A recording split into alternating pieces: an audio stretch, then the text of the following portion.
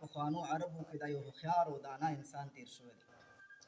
او ځینو نورو تاریخ دانانو رایه بیا دا وه چې لقمان حکیم رحمه الله دا په اصل کې د دغې عرب بعیدو نه و، خو البته د په هود علیه السلام باندې ایمان راوړی او ورسره د نورو کسانو دوی بیا راغلي په یمن کې آباد شوي وو.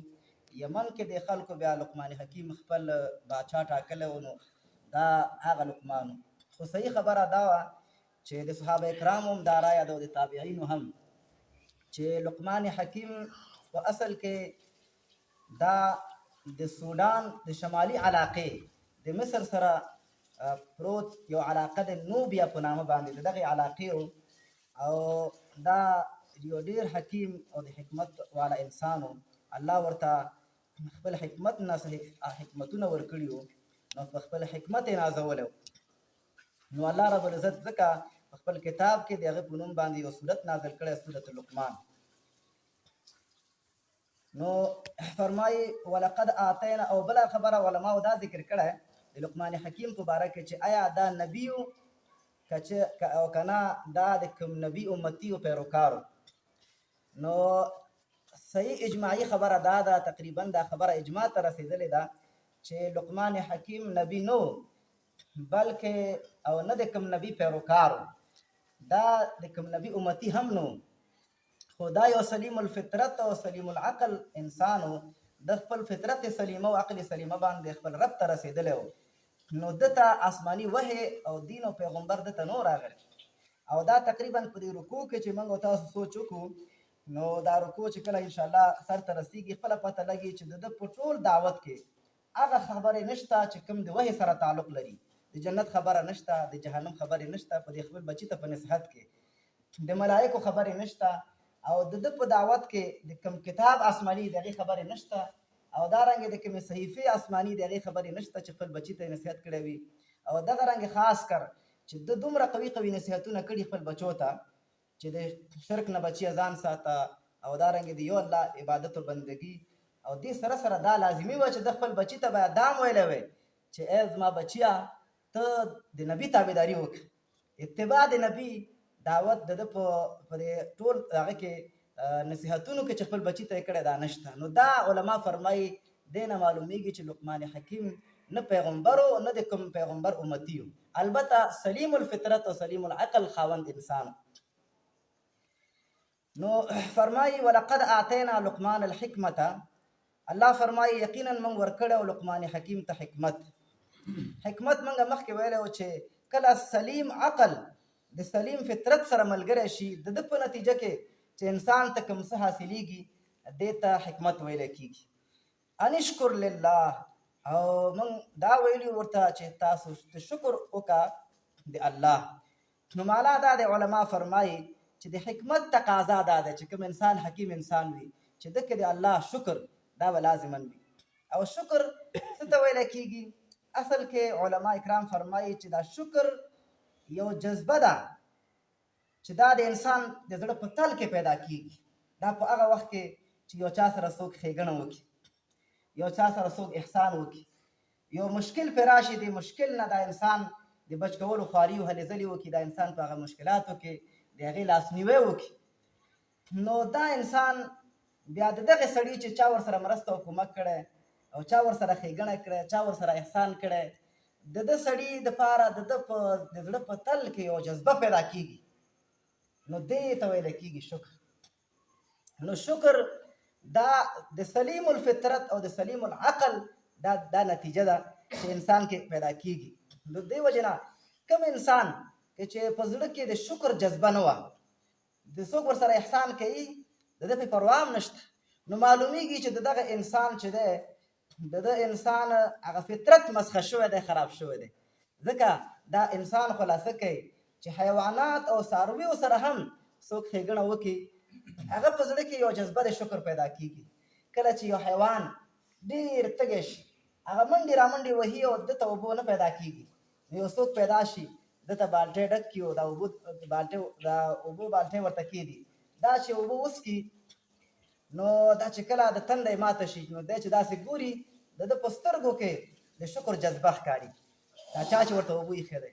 چې ګوره تا ما سره احسان وکړ. چونکې حیوان دی په خوله باندې خبره نشي کولی، د دې وجې نه نو په خوله څه نشي ویلی، خو د ده په سترګو کې د شکر جذبه شته او د خپل مالک ته داسې ګوري، نو دا معلومیږي چې د ده د سترګو نه جذبه د شکر راپورته کېږي، خو په خوله څه نشي ویلی. نو د دې وجې نه عزتمندو انسان خو لا پرېږده. نو علما فرمایي دا شکر دا جذبه په حیواناتو کې هم موجود دی. د دې وجې نه عرب وایي عین شکرا. عین شکرا هغه چینې ته ویلی کېږي چې هغه د ځمکې نه داسې خوټېږي. دا شکر هم یو جذبه ده چې د انسان په زړه کې پیدا کېږي. عرب دابة شکور هغه حیوان ته وایي چې کوم حیوان هغه چې ته ورباندې خوراک کوي او دی د خوراک سره غټېږي او قوي کېږي. خلک وایي عرب وایي دا دابة شکور، معنی هغه حیوان چې د سره ښېګڼه کوي د هغه ښېګڼې اثر د ده په بدن کې ښکاري. ته چې ورباندې خوراک کوي هغه سمدست چاغېږي، هغه غټېږي، همداسې لویږي. نو دې ته عرب دابة شکور وایي، یعنې هغه دابه چې د ښېګڼې نتیجه د ده په بدن کې ښکاري، د خیر او د ښېګڼې او د احسان نتیجه د ده په بدن کې ښکاري. نو د دې وجې نه عزتمندو ما دا خبره کوله چې حیواناتو کې هم د شکر جذبه شته. وایي په تاریخ کې دا خبره راغلی، وایي پخوا به غلامانو سیستم و، وایي یو غلام د خپل مالک نه وتښتېده. چې وتښتېده نو په هغه وخت کې په غلامانو باندې ډېر سخت ظلمونه کېده چې کوم غلام به وتښتېده. نو دی په یو ځنګل باندې ور برابر شو، نو په دې ځنګل کې ځان پټوه. نو هلته چې لاړه د ده یو زمري سره مخه شوه. د زمري په پښه کې سیخ تلی و، میخ. نو دا زمری ډېر په فریاد کې و، په هغه کې و، په تکلیف کې و. نو دا غلام راولګېده، د زمري د خپې نه دا سیخ یې وکاږلو. وایي دا زمری نږدې شو د غلام ته، غلام یې بوی که بیا ترې همداسې لاړ. وخت تېرېدو دې سره دا غلام ونیولی شو. پخوا داسې سیستم و چې د روم امپراتوري وه، خلک د حیواناتو په شان ته خلکو زندګي کوله، انسانانو سره به یې زمري جنګول. نو وخت تېرېدو سره چې دا غلام کله خلکو ونیو، نو غټ سټېډیم و، لکه اوس چې د کرکټ او دارنګې د فوټبال سټېډیمونه دي، داسې سټېډیم هغوی جوړ کړی و. په هغې کې به انسانانو زمري سره جنګول. نو دې سټېډیم کې دا غلام راونیولی شو، هغه سټېډیم ته بوتللی شو چې تا اوس د زمري سره جنګوو چې ته خپل مالک نافرماني دې کړی. نو وایي چې کله هلته بوتللی شو، نو د پنجره کې به د خلکو زمری داسې وږی وساتلو. نو ډېر ورځې نو هغه به ډېر غوسه مو، وږی به مو. نو ده به دا غوښتل چې زه چې کوم انسان زما لاس ته راشي چې سمې دا انسان چې دی وداړم. نو دې وخت کې وایي چې کله دا زمری خلکو پرېښودو، نو نږدې راغی د غلام ته چې اوس په دې غلام باندې حمله وکړي. نو چې بوی یې که، نو ده ته پته ولګېده چې دا ده لرې د هلک نه لاړه، د ځوان نه، او یو ځای کې سملاستی ده. نو معلومیږي چې دا هغه زمری و چې کوم په غره کې د هغې په خپو کې هغه میخ تلی و، نو دې غلام ایستلی و. نو هغه وخت کې ده بوی کړی و. بیا وخت سره دا غلام هم نیول شوی دی او دا زمری هم نیول شوی دی، خلکو لاس ته راغلی. نو اوس چې ده بوی که، ده ګوره هغه احسان هېر نه کړ چې ده ما سره یو وخت کې ښېګڼه کړی، اگر که زه وږی یم، حمله په دې هلک باندې، په دې غلام باندې ده ونه کړي، دې ځوان باندې. نو علما فرمایي چې ګوره حیوان چې حیوان دی هغه کې هم د شکر جذبه موجوده ده. نو دا د انسان د فطرت د سالموالي نښه ده. نو بیا په شکر جذبه چې کوم انسان په زړه کې وي، خو دا انسان د عقل کمزورتیا وي، دا انسان بیا هم صحیح شکرګزار نشي جوړېدی. ولې؟ د عقل سلیم د انسان ته هغه اصلي منعم حقیقي ورپېژني چې کله یو چا په زړه کې د شکر جذبه شته دی، خو دا د شکر د چا کوي؟ د هغه چا کوي چې هغه د شکر وړ نه وي. نو دې سره سره سلیم عقل او فطرت پکار دی. د دې وجې نه ماشوم چې کله په کور کې وي او ابتدایي مرحله وي، د دې ماشوم په ذهن کې یوازې دا خبره وي چې ما سره احسان کوونکي چې د زما مور او پلار دي، بس دا دوه کسان ده ته احسان کوونکي ښکاري. وخت تېرېدو سره چې دا ماشوم لویږي، ده ته تره، کاکا، ماما، دا ټول دا ښکاري چې دا ټول زما خپلوان دي او زما پکارېږي، ځکه دلته عقل کې لږ ډېروالی راځي. نو د ذهن هم نور پراخه شي، د هغه کوم چې منعمین دي دا وپېژني چې پلانکې. د وخت تېرېدو سره دا کېږي چې انسان دې حد ته ورسېږي، دې مرتبې ته ورسېږي چې دا پوره کائنات چې دی دا زما پالنه کوي. ځکه د نور کې څومره چې حرارت دی دا انسان ته څومره ګټه رسوي، دا میوه چې پخوي، دا غنم چې پخېږي، دا ټول د نور په واسطه باندې الله پخوي. نو انسان ذهن ته لاړ شي چې زما اصل پالنه کوونکي خو دا نور او سپوږمۍ او دا نظام دا زما پالنه کوي.